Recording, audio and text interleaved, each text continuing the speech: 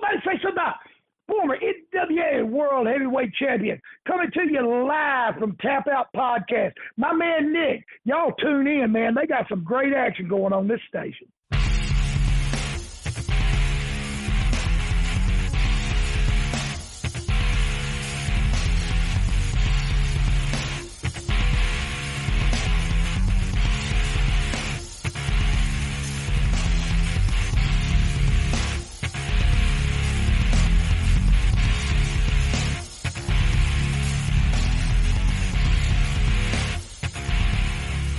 Hello and welcome to the Pro Wrestling Personified Podcast. My name is Lewis Carlan and we are part of the Tapped Out Wrestling Podcast Network.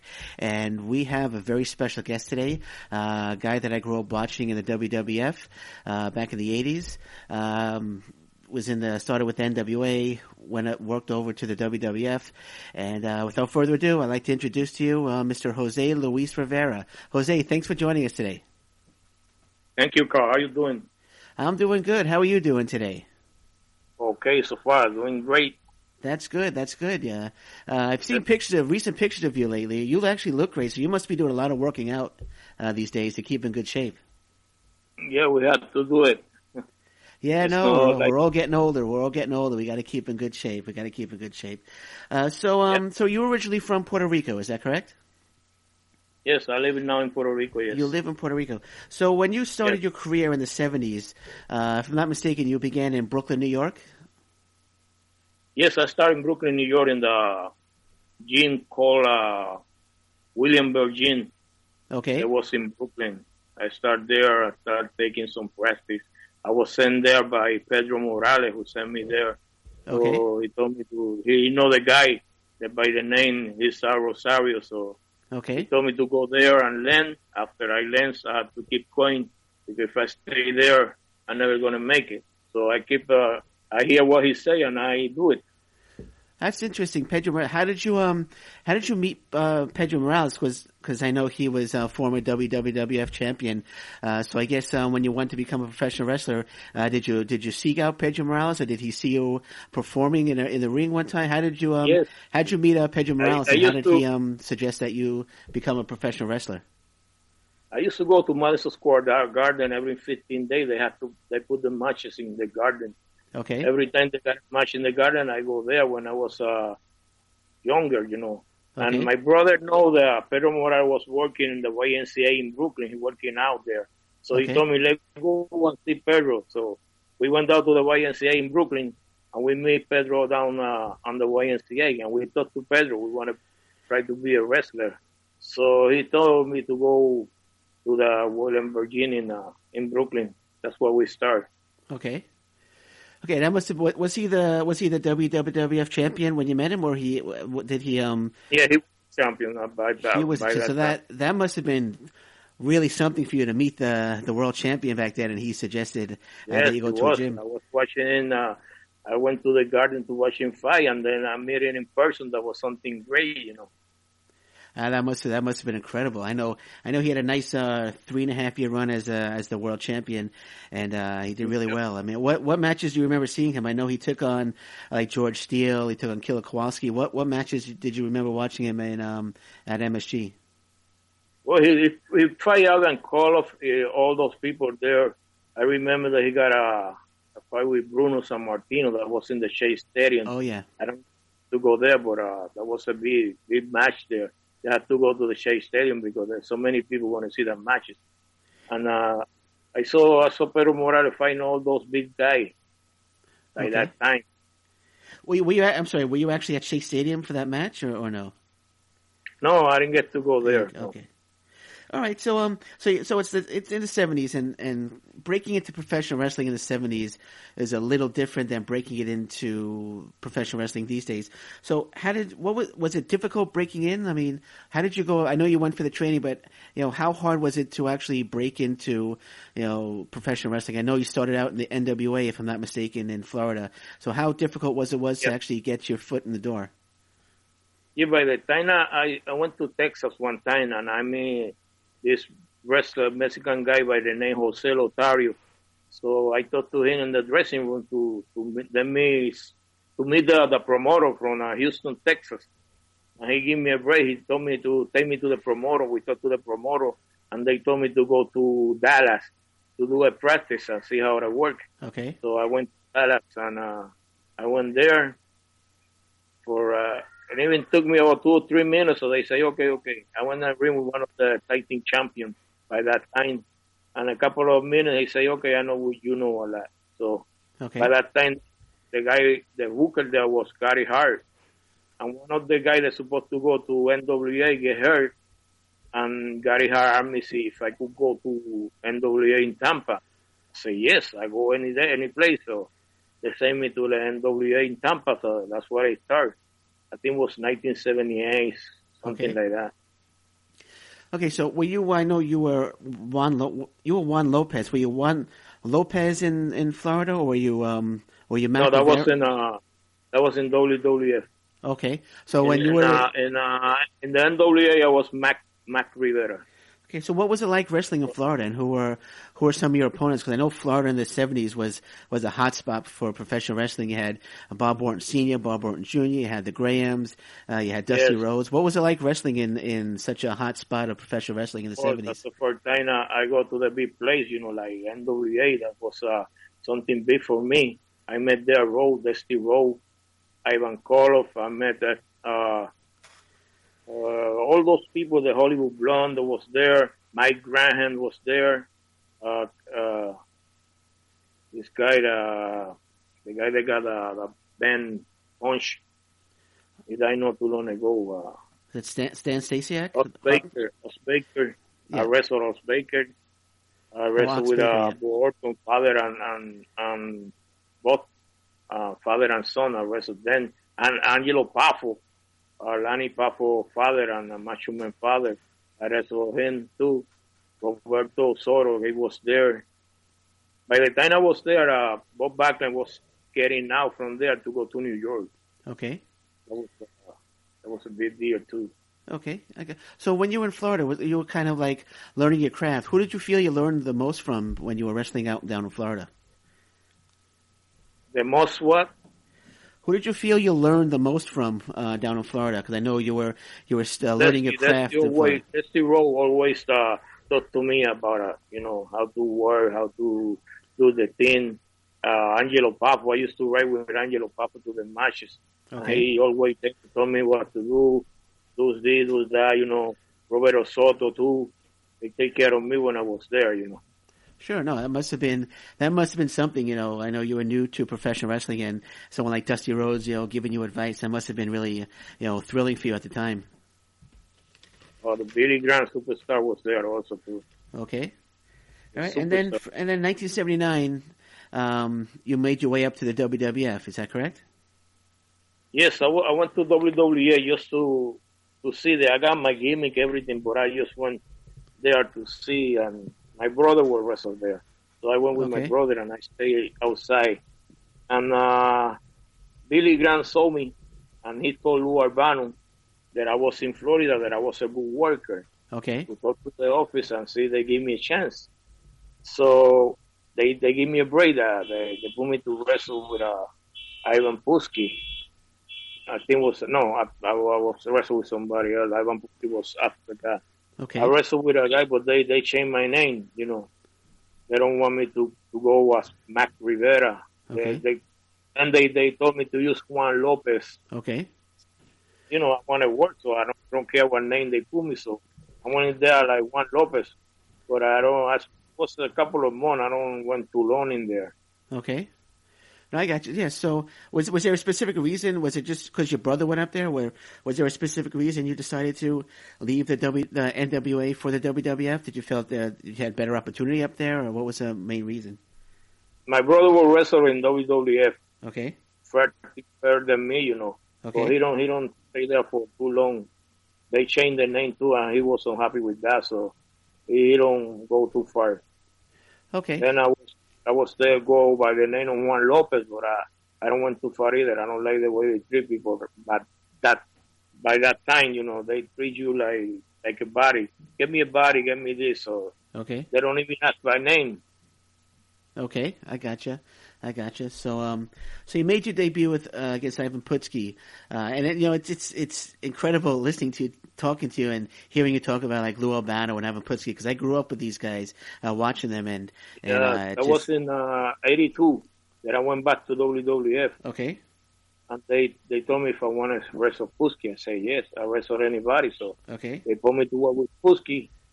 And when I was there, I do a lot of things that they don't see it, I do all the things, right back to the back row, go in and out, and they like that. So Ivan Putski know that I don't know how to work. So he told the office that I was a great worker, and he wanted me to go back the next day. So that's the way it started. Okay, now you went up. You were Mac Rivera, so when you went up, you were a heel, obviously, because taking on Ivan Putski. So you were Mac Rivera. Then you became the face, Jose Luis Rivera. How did you become Mac Rivera? How did you change from Mac Rivera to Jose Luis Rivera and heel to babyface? Yeah, that was Vince. He told me to the side and told me, listen, my name is Mac Man. Okay. So you can be Mac because you are Spanish. You are a Latin guy. We need a Latin name for you. And I told her, yeah, that's my real name, Mac. Marcelino. The short name is Mac. That's the name. I said, no, I want you with a Latin name. Okay. With a Puerto Rican name. So I told her, okay, so I got my name and I say, okay, Jose Luis Rivera. He said, Jose Luis Rivera, that's Spanish. I told Vince, listen, in Puerto Rico there are 3 million people. And 2 million of them, their name are Jose. You think that's Spanish or what? Okay. He say, okay, I like it. Let's go with it. Okay. So that's when I started. He sent me to Puerto Rico. He said, okay, what we're going to do is send you back to Puerto Rico for 2 years. You became a champion over there in Puerto Rico, and you come back as a champion in Puerto Rico as Jose Luis Rivera. So they sent me to Puerto Rico, but I don't make it here in Puerto Rico. No, it was different, Okay, so this was that kind of money, and I go in, and I could spend 6 months here in Puerto Rico. I spent 6 months trying to survive. It was too hard. Okay, so I went back to New York. There was a match in wrestling in Madison Square Garden, and I talked to Vince, to the old man, and I told him what I was making. He saw my check, and I told me, "Whoa, that's good for a match." And I told him, this is not a match, it's a whole week work. He said, no. I said, yes, that's a whole week. $595. Okay. I say, they don't even give me $5 to make 600. Okay. He told me, no, that's no good. Come back. He told me to come back. Then he say, okay, you start in January. Then when he was, okay, I'll start in January, no problem. Then in half an hour, he called me back and say, listen, you're going to be working as Jose Luis Rivera on December 26th in Madison Square Garden. Wow. I say, what? Yes, you're going to you debut at Jose's Madison Square Garden. I say, whoa, that's great. Yeah. And he told me, you want to stay here? You stay here. I say, no, let me go to Puerto Rico and finish what I got, because I got a couple of more matches. Let me finish, and I come back. He said, well, that's great. Go there and finish, and then come back. And I do it. I was back in the Madison Square Garden. Wow, that's a great story. Now this is Vince McMahon Sr., not Jr., right? Vince McMahon Sr.? No, that's Senior. Yeah, the old man. So he was a great guy. He will take care of me. He told me, when I hear you're always gonna be a worker, you're gonna have your job here in WWF. I say, wow, great. And even Vince Jr., he took care of me too for a long time, almost 10 years. No. Sure. Now, let me ask you, he told you that, you're going to be wrestling in Madison Square Garden. Now, a few years earlier, you were going to Madison Square Garden to watch Pedro Morales defend his title. What was the feeling like, when you found out that you were actually wrestling, in Madison Square Garden, the mecca of professional wrestling? It must have been a phenomenal feeling. Yes, when I was there, I just stepped in the middle of the ring. I looked around. 22,000 people. I say, wow. I'll be here. I was watching wrestling over here, and now I'm here in the middle of the ring. That's great. Something, the feeling kept me, was great feeling. Sure. Who was your opponent, actually? Who was your opponent that night? I think it was Rene Goulet, I think that was. Rene Goulet, okay. That's when he was the heel, right? He had turned heel. He was a heel. Yeah, I remember he was babyface and he turned heel. Now, I remember watching, as a kid, I shouldn't say kid, when I was a teenager, I used to watch WWF all the time. And I remember there was a 6-month stretch where you were beating everybody, and they were pushing Jose Luis Rivera, and then you went up against Greg Valentine, and he wound up breaking your leg. And I remember how angry I was because I knew you were getting the push, and I became a Jose Luis Rivera fan. Then he broke your leg, and you were out for a bit. I thought that there might be, a couple of matches booked with you and Greg Valentine, with you trying to get some revenge, because I know he broke Chief Jay Strongbow's leg, Wahoo McDaniel's leg, and they all got their return match. How come you never got your return match? I was always hoping you would get some revenge against Greg Valentine. Yeah, that was the deal. So to do the run with Greg Valentine, but one of my fellow countrymen talked to Vince McMahon, to the senior. I told him that I was too young to carry the company. Okay. He told Vince that I was too young to carry the company. That he got the professional. He was the man, the experience to do that job. So he wanted to get my job. One of my fellow countrymen. So from now then, so I started seeing things different, So I went and talked to Vince, to the old man, and he told me, "Don't worry, Jose, you will be working with me every time. Don't worry about it. You're gonna get your job." So I say, "Well, if I'm gonna work, that's no problem, But the guy who do that, he's supposed to wrestle the George Animal Steel in Madison Square Garden. Okay. He don't want to do a job for the animals, so they fire him at the spot. Okay. So I was there for 10 years, and he was fired. Okay. So let's take care of that. Okay. Well, like I said, I was really upset because I know you were winning those matches, and and I became a fan, and I wanted you to get some revenge, and I was a little. I remember watching week after week. I was like, when are they going to announce Jose Luis Rivera? We wrestled in Puerto Rico, Valentine and I. I'm sorry? Valentine and me wrestle here in Puerto Rico now. Okay. I take care of that. So you took care of him in Puerto Rico. That's no problem. So. Okay, good for you. But the guy don't see it, but I was there. You finally got your revenge against Greg Valentine. Good. I'm glad to hear that, man. After all these years, I feel a lot better now that you got your revenge against Greg Valentine. And I see Greg every time I go to the convention. He's there most of the time. He's with the convention. I see him a couple of times. When they put me in the New England Pro Wrestling Hall of Fame, he was there. Valentine, Neidhart, Howard Finkel. I get to meet all those guys. Mm-hmm. Yeah, I was going to ask you about the New England Hall of Fame a little bit later, so we'll get back to that. But I want to ask you, I was watching some of your matches on YouTube, and I saw there was a match between you and Terry Funk. I think it was 85, 86, and it was a really brutal match. And he dropped you on your neck on the rope, he threw you into the ring barricade. What was it like, wrestling Terry Funk? Because he looked like he could get a little brutal. It looks like you might have been hurting a few days after that match. No, that's I know how Terry Funk works, He's a rough guy, so I was ready for that.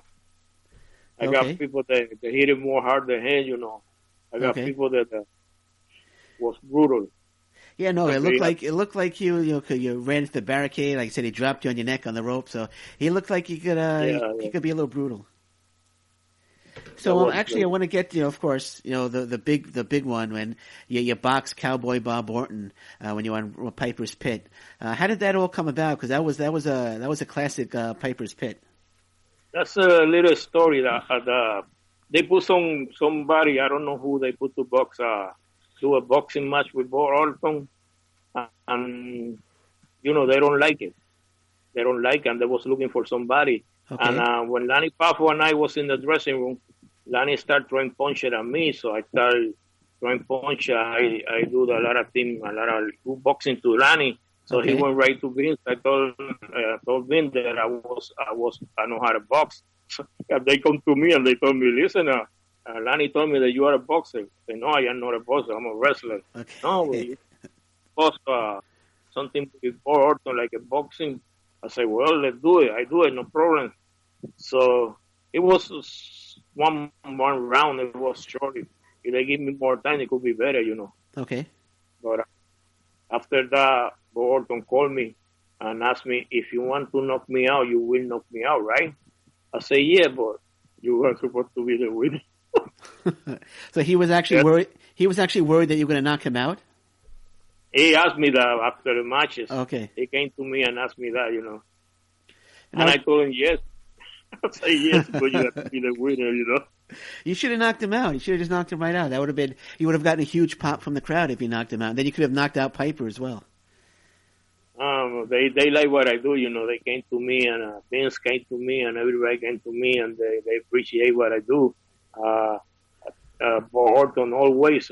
Every time I see Orton in a row, he come right to me and talk to me like a good friend, Orton, Jay the Snake, all those people that I do work for them. Okay. They always remember that.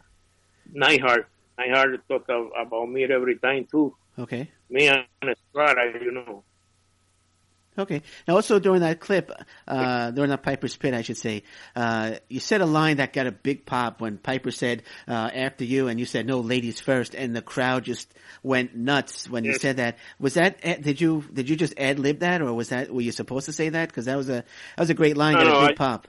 I just said it because, he wore like a skirt, so he asked me, go ahead. So, here in Puerto Rico, they always say ladies first, Yeah. Damas primero, lady first. So I told him, okay, lady first, go ahead.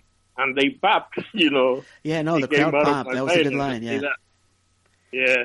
I was watching at home. I popped. I stood up and cheered, when you said that. So that was a great line.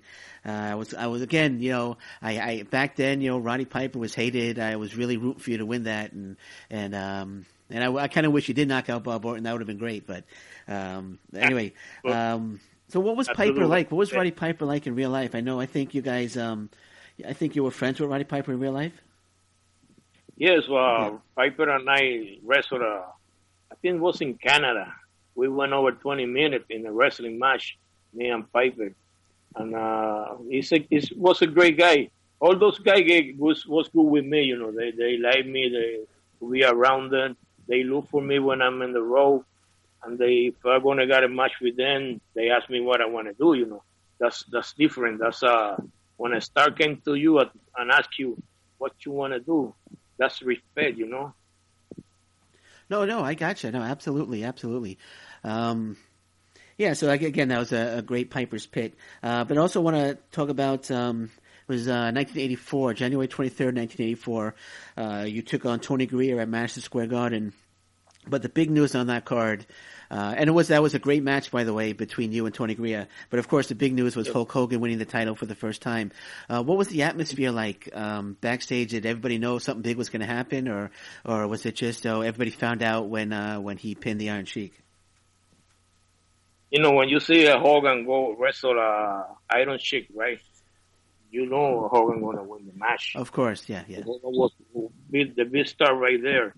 Was the perfect guy to take the title away from the Iron Sheik. Sure. And the match with Tony Gurria was a classic. I just watched it not too long ago, and I watch it every time that I can. That was a classic match. No, that was a very, very good match between you and Tony Gurria. Tony Gurria is terrific talent. I grew up watching Tony Gurria, of course, the WWF, but that was a great match between you and Tony Gurria on that card. So that job well done on that card, man. Yes. So now there were other quote unquote enhancement wrestlers such as Johnny Rods, there was SD Jones, Rick McGraw, Rene Goulet, Dominic DeNucci. How important would you say enhancement wrestlers are, especially back then in the world of professional wrestling? How was what? How important do you feel enhancement wrestlers were in professional wrestling? Like Johnny Ross and all those guys? Like Johnny Rods, SD Jones, you had Dominic DeNucci. There was a great guy.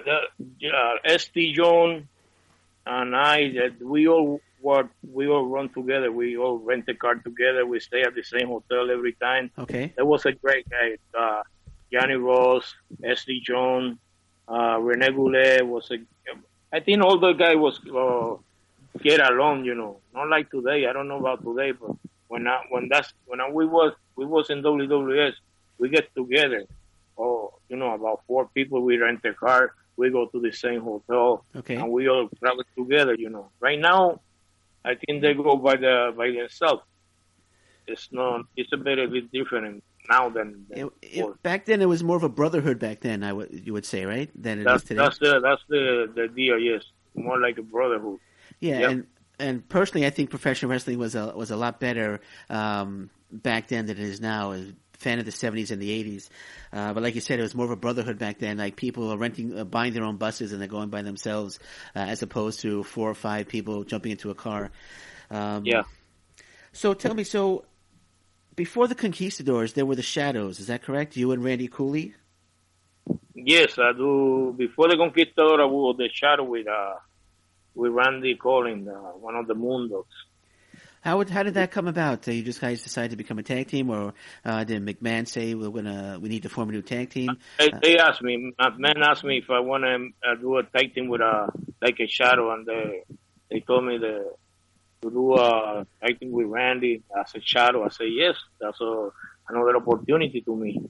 You know, I was doing Black Demon by that time. Okay. By myself. Then they asked me if I want to do the Shadow. I say yes, we do it. We got a good run with the Shadow too. Sure. Now the Shadows, if I'm not mistaken, you feuded with the Young Stallions, right? Jim Powers and Paul Roma. Yeah, we do with all those fighting guys, dark matches and TV show. We do all. So then you're doing the Shadows, and the Shadows are starting to take off a little bit. But then you switch gears to the Conquistadors. Is there a reason why? And how did the Conquistadors, come about with you and Jose Estrada? Well, Randy Carlan when he left, so he left the Shadow hanging. So I was myself, and they don't want me to do the Shadow or work out myself like a Shadow. So I was talking to Jose Estrada, and I asked Estrada what you think if we make a Latin tag team, something like we get together, get a outfit, and we get a mask, and we do a tag team, Latin tag team. Okay. Told me, go to Vince and see what he say. So I went to Vince, and I say, Vince, what you think Estrada and I do a Latin mask, or something like partner or something? I say, oh, I like it. Let's do it, but get something that shines, something shining. Sure. I say, gold outfit, you think it's good? Yes, that's good. So we came with a gold outfit. We went on to New York. They do the cape and they give me the outfit, the whole thing. And we started with Conquistador. They got the name, Howard Finkel. Okay. Say, we were looking for a name, and Howard say, we came out with a name, don't worry about it. So then he called me and say, okay, I got the name. I say, what the name? The Conquistador. The Conquistadors. I say, what? The Conquistador. But what's the Conquistador? Don't worry, that's the Conquistador. And they get it, And went around for almost 2 years. We went with John Stallion. Then we did the Rockers. All the tag team they came out. And we do a good run. We went to the Survivor City in '88. Oh yeah, I remember that. I remember that well. You were the final. There were the final 2 tag teams. You were one of the final 2 tag teams, right? Yeah. So who were some of your favorite? Who were some of your favorite opponents as the Conquistadors? I know you mentioned the Rockers. Were the Rockers one of your favorite opponents? That was the best, the Rockers. When we start working with the Rockers, we start getting bonus. They give us the face and they give us some bonus. Okay. And then Michael came to me and say, "Hey, they give me an extra money for the match. You know what happened?" I say, "Yeah, the match was so good that they give you a bonus for it." I say, "No, are you kidding me?" And every time we do a show, that was classy, They give us $200-300 a bonus after our pay, and that was good. That means that they like it. Okay, I gotcha. So who were some of your other favorite opponents as the Conquistadors? Because I know you went up against almost every tag team. Did you ever face the Hart Foundation as well, or? Yeah, we were with the Hart Foundation. We were with the John Stallion, Okay. I worked with we were with Hogan and Randy. Okay. Oh wow, you took on Hogan and Randy. That must have been quite a tag team match there. That's one of the bigger start that was there. Randy and Hogan. And okay. we worked with almost all the tag team. We run with all the tag team. Then I was by myself with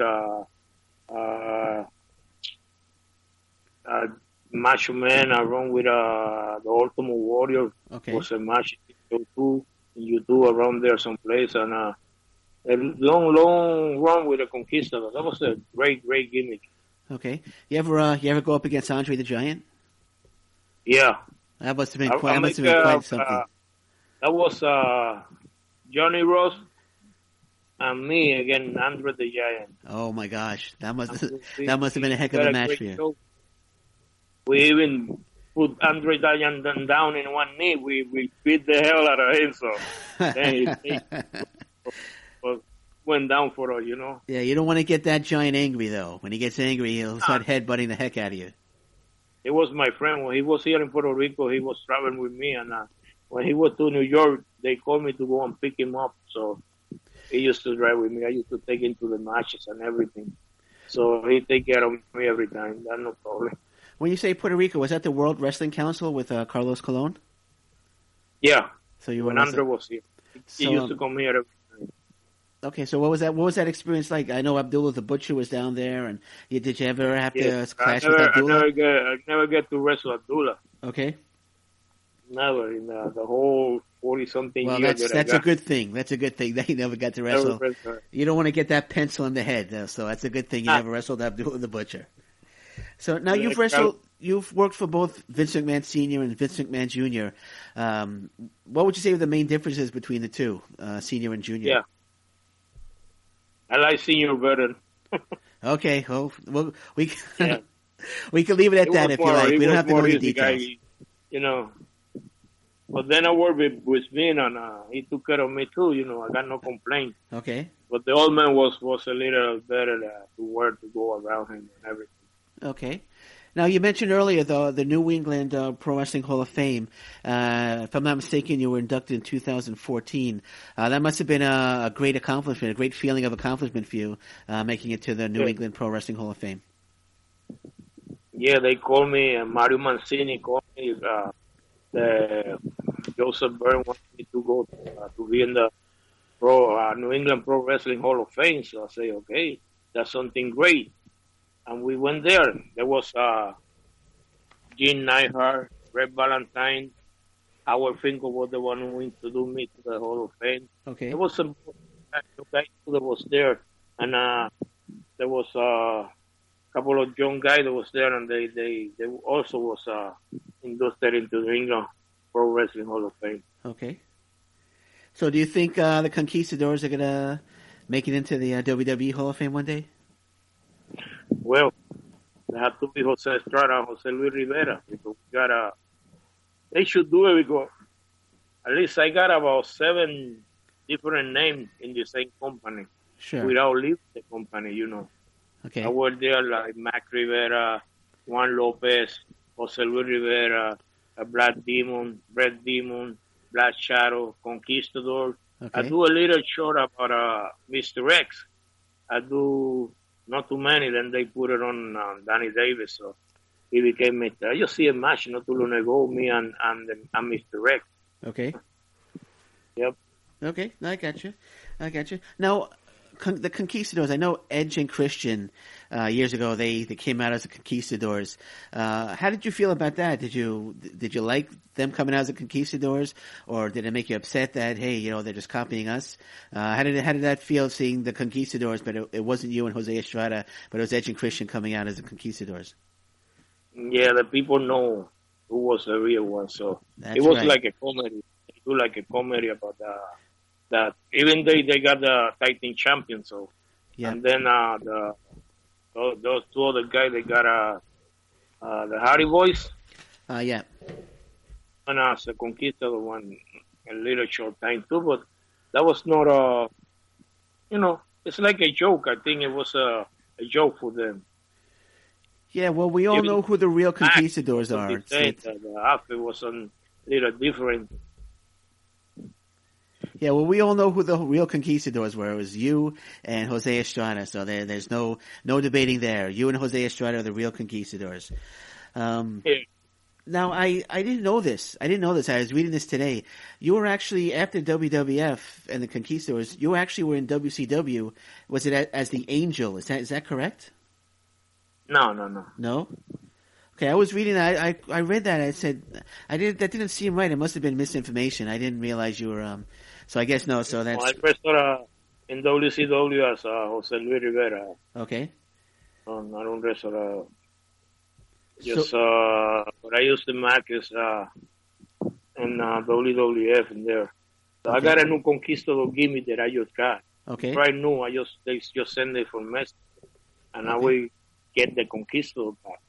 Well, Jose Estrada can't work because he got a bypass, so it's a little not too good, you know. So I got me another partner. He's a young guy. He's a good worker, and he's gonna be one of the Conquistadors. We already got everything set.